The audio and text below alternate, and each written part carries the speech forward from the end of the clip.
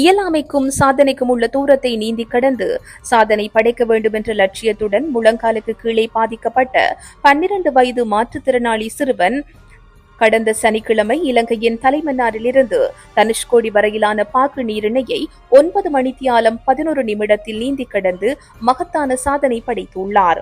சென்னையைச் சேர்ந்த 8ஆம் வகுப்பில் கல்வி பயிலும் குறித்த மாணவன் இலங்கை தலைமன்னாரிலிருந்து அதிகாலை 2:45 மணியளவில் கடலில் குதித்து நீந்த தொடங்கி மதியம் 12 மணியளவில் தனுஷ்கோடியை சென்றடைந்துள்ளார்.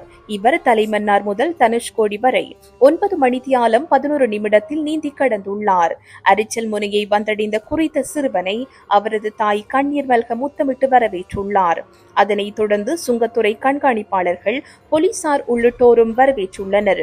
இதேவேளை தலைமன்னார் தனுஷ்கோடி இடையிலான பாக்கு நீரிணை கடற்பகுதியை கடந்த 2022ஆம் ஆண்டு மார்ச் மாதம் 20ஆம் திகதி மும்பையைச் சேர்ந்த ஒட்டிசத்தால் பாதிக்கப்பட்ட சிறுமியான ஜியாராய் தனது 13வது வயதில் நீந்தி கடந்து சாதனை படைத்திருந்தமை குறிப்பிடத்தக்கது.